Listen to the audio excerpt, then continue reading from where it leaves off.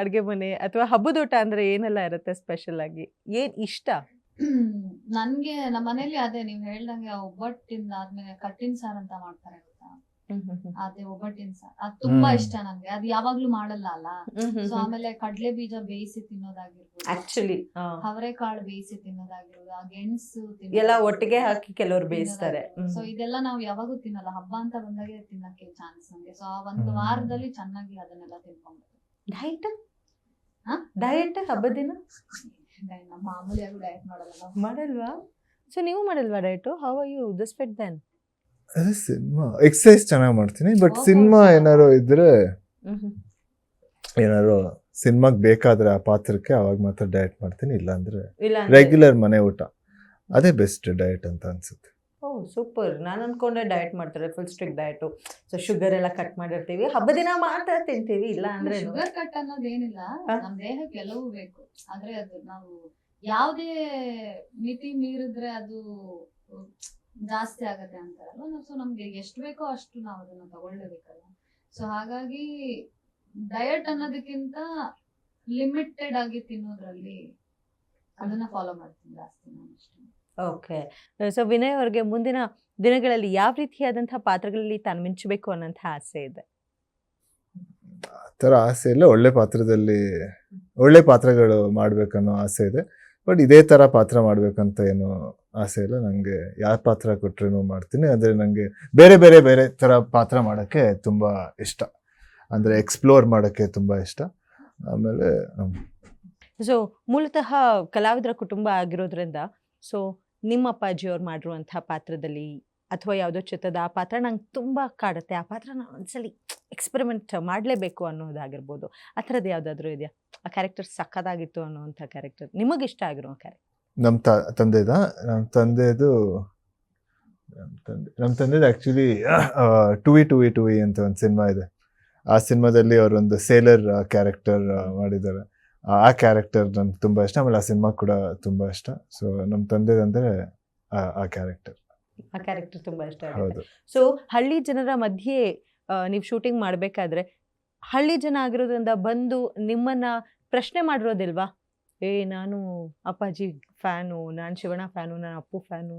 So ನಾವು ಆ ಥರದ್ದು ಏನಾದರೂ ಸಿಚುಯೇಷನ್ಸ್ ಏನಾದರೂ ಆಗಿತ್ತಾ? ಖಂಡಿತ ಆಯ್ತು. ಯಾವಾಗಲೂ ಅದು ಅಲ್ಲಿ ಶೂಟಿಂಗ್ ಮಾಡ್ಬೇಕಂದ್ರೆ ಯಾವಾಗಲೂ ಬಂದು ಅವರು ಹೇಳ್ತಾ ಇದ್ರು. ಎಲ್ಲರೂ ತುಂಬ ನಮ್ಮ ತಾತನ ಕಂಡ್ರೆ ತುಂಬ ಪ್ರೀತಿ ಅವ್ರಿಗೆ. ಆಮೇಲೆ ಮನೆಗೆ ಊಟಕ್ಕೆ ಕರಿತಾ ಇದ್ರು. ಆಮೇಲೆ ಇಲ್ಲ ನಮ್ಮ ಮನೇಲಿ ಊಟ ಮಾಡಿದ್ದೀರಾ ಹೋಗಿ ಮನೇಲಿ? ಅವ್ರ ಮನೆ ಊಟ ಕರೆದಾಗ ಏನಾದ್ರು ಅಂದ್ರೆ ಈ ತರ ಕಳ್ಸಿದ್ದಾರೆ, ರೊಟ್ಟಿ ಅಥವಾ ಚಟ್ನಿ ಆ ತರ ಕಳ್ಸಿದ್ದಾರೆ, ಅವಾಗ ತಿಂದಿದ್ದೀನಿ. ಆಮೇಲೆ ತುಂಬಾ ಸಲ ಬಟ್ಟೆ ಎಲ್ಲ ಚೇಂಜ್ ಮಾಡ್ಬೇಕಂದ್ರೆ ಬೇಗ ಅವ್ರ ಮನೆಗಳಿಗೆ ಹೋಗಿ ಬಟ್ಟೆ ಚೇಂಜ್ ಮಾಡೋಕ್ಕೂ ಯೂಸ್ ಮಾಡ್ತಾ ಇದ್ವಿ. ಅವಾಗ ಅವ್ರು ಕೇಳಿದಾಗ ಅವ್ರು ಏನು ಕೇಳ್ತಾ ಇದಾರೆ ಬಂದು ನಿಮ್ಮ ಮನೆ ಥರನೇ ಅಂತ. ಆಮೇಲೆ ಇಡೀ ಊರೇ ಆ ಥರ ಆ್ಯಕ್ಚುಲಿ ತುಂಬ ಕಾಪ್ರೇಟ್ ಮಾಡಿದ್ರು. ಬಟ್ ನಾರ್ಮಲ್ ಆಗಿ ಹೆಂಗಂದ್ರೆ ಒಂದು ಊರಲ್ಲಿ ಶೂಟಿಂಗ್ ಮಾಡ್ಬೇಕಂದ್ರೆ 1-2 ದಿನ 3 ದಿನ ಖುಷಿಯಾಗಿರ್ತಾರೆ. ಅದಾದ್ಮೇಲಿಂದ ಅವ್ರಿಗೂ ಅವ್ರವ್ರ ಕೆಲಸಗಳಿರುತ್ತಲ್ಲ, ಅದೊಂಥರ ಡಿಸ್ಟರ್ಬೆನ್ಸ್ ಆಗುತ್ತೆ. ಬಟ್ ಇಲ್ಲಿ ಸುಮಾರು ದಿನ ಶೂಟ್ ಮಾಡಿದ್ವಿ, ಒಂದಿನಾನು ಯಾವುದೇ ಒಂದು ಪ್ರಾಬ್ಲಮ್ ಇರಲಿಲ್ಲ.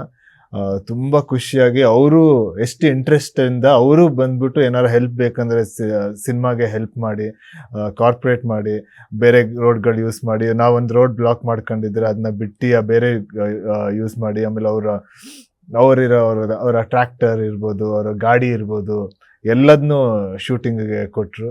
ಸೊ ಇಡೀ ಊರೇ ತುಂಬ ಖುಷಿಯಿಂದ ಕೆಲಸ ಮಾಡ್ತು. ಅದು ನೋಡೇ ನಮಗೆ ತುಂಬ ಖುಷಿ ಆಯ್ತು. ಬಟ್ ಆಕ್ಚುಲಿ ಅವ್ರಿಗೆ ಇನ್ನೂ ಒಂದೇನಂತ ಹೇಳಿದ್ರೆ, ಅವ್ರಿಗೆ ನಾವು ಒಳಗ್ ಹೋಗೋದು ತುಂಬಾ ಖುಷಿ ಅವ್ರಿಗೆ.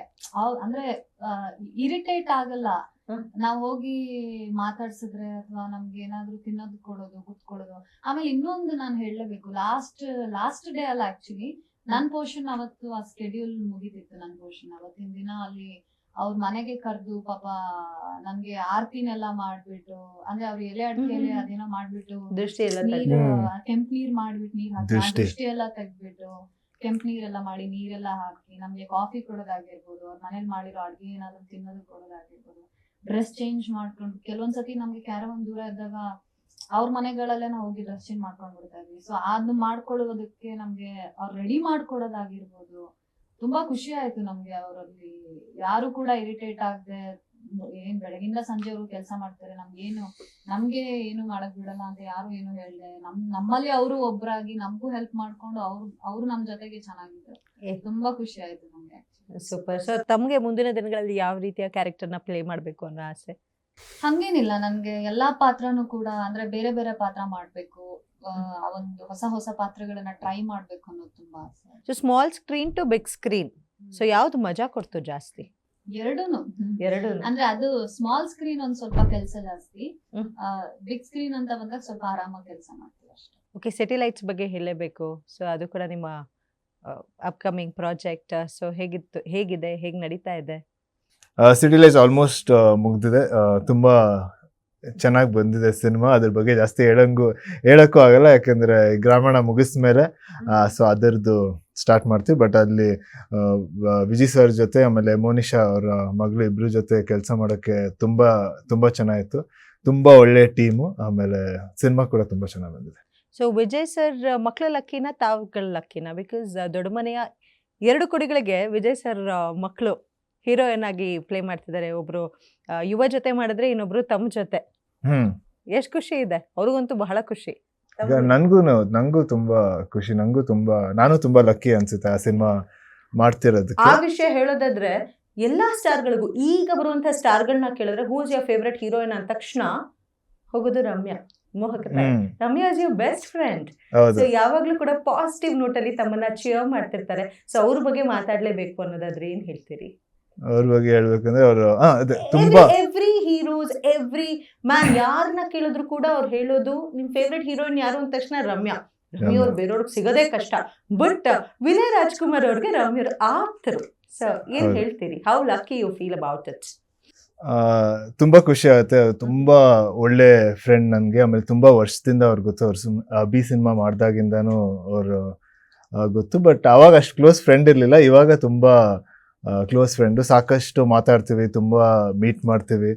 ಆಮೇಲೆ ಸಿನಿಮಾ ಬಗ್ಗೆ ತುಂಬಾ ಡಿಸ್ಕಷನ್ ಮಾಡ್ತೀವಿ. ಆಮೇಲೆ ಅವ್ರಿಗೂ ಇಂಡಸ್ಟ್ರಿ ಬಗ್ಗೆ ತುಂಬಾ ಚೆನ್ನಾಗಿ ಗೊತ್ತು. ಆಮೇಲೆ ಸಿನಿಮಾ ಬಗ್ಗೆ ತುಂಬಾ ಚೆನ್ನಾಗಿ ಗೊತ್ತು. ಸೊ ಏನೇ ಇದ್ರೇನು ಅವ್ರ ಜೊತೆ ಡಿಸ್ಕಸ್ ಮಾಡ್ತಿರ್ತೀನಿ. ಆಮೇಲೆ ಅವ್ರಿಗೆ ತುಂಬಾ ಒಳ್ಳೆ ಸಿನಿಮಾ ಮೇಲೆ ಒಳ್ಳೆ ವ್ಯೂ ಇದೆ. ಆಮೇಲೆ ತುಂಬಾ ಚೆನ್ನಾಗಿ ಹೇಳ್ತಾರೆ ಯಾವ್ದು ಸರಿ ಯಾವ್ದು ತಪ್ಪು ಅಂತ. ಸೊ ತುಂಬಾ ಖುಷಿ ನಂಗೆ ಅವರಂತೂ. ಮುಂದಿನ ದಿನಗಳಲ್ಲಿ ರಮ್ಯಾ ಅವ್ರ ಜೊತೆ ಸ್ಕ್ರೀನ್ ಶೇರ್ ಮಾಡೋದು, ಇಲ್ಲ ರಮ್ಯಾ ಅವ್ರ ತಮ್ಮ ಜೊತೆ ಆಕ್ಟ್ ಮಾಡೋದೇನಾದ್ರೂ ಇದೆಯಾ? ಆ ಥರ ಅದೇ ಒಂದು ಒಳ್ಳೆ ಸ್ಕ್ರಿಪ್ಟ್ ಬಂದ್ರೆ ಖಂಡಿತ ಮಾಡೇ ಮಾಡ್ತೀವಿ. ಆ ಥರ ಯಾವ್ದಾದ್ರು ಒಂದು ಸಿಕ್ಕಿದ್ರೆ, ಯಾರು ಅಪ್ರೋಚ್ ಮಾಡಿದ್ರೆ ಖಂಡಿತ ಮಾಡ್ತೀರಾ? ಹೌದು. ಸೊ ತಮ್ಮ ಮುಂದಿನ ಪ್ರಾಜೆಕ್ಟ್ಗಳ ಬಗ್ಗೆ ಮಾತಾಡೋದಾದ್ರೆ ಮೇಘ ಅವರೇ? ಚೀತಾ ಅಂತ ಒಂದು ಸಿನಿಮಾ ಬ್ಯಾಲೆನ್ಸ್ ಇದೆ, ನಂದು ಪ್ರಜ್ಜು ಅವ್ರದ್ದು. ಅದಾದ್ಮೇಲೆ ಸ್ಕ್ರಿಪ್ಟ್ ಗಳನ್ನ ಇನ್ನ ಕೇಳ್ತಾ ಇದೀವಿ, ಇನ್ನೊಂದಷ್ಟು ಫೈನಲ್ ಮಾಡಬೇಕು. ಸೊ ಸಂಕ್ರಾಂತಿ ಹಬ್ಬ ಅಂದ ತಕ್ಷಣ ಸುಗ್ಗಿ ಹಬ್ಬ. ಸೊ ಹೊಸತನವನ್ನ, ಹೊಸ ದಿನವನ್ನ, ಹೊಸತನ್ನ ಶುರು ಮಾಡುವಂತ ಹಬ್ಬ. ಸೊ ಈ ಒಂದು ಹಬ್ಬದಲ್ಲಿ ಗ್ರಾಮಾಯಣ ಚಿತ್ರದ ಬಗ್ಗೆ ಬಹಳಷ್ಟು ಮಾತುಕತೆ ಆಗ್ತಿದೆ. ಅಷ್ಟೇ ಅಲ್ಲ, ಗ್ರಾಮಾಯಣ ಚಿತ್ರ ಇನ್ನೇನು ಕೆಲವೇ ದಿನಗಳಲ್ಲಿ ಥಿಯೇಟರ್ನ ವಿಸಿಟ್ ಮಾಡ್ತಿದೆ.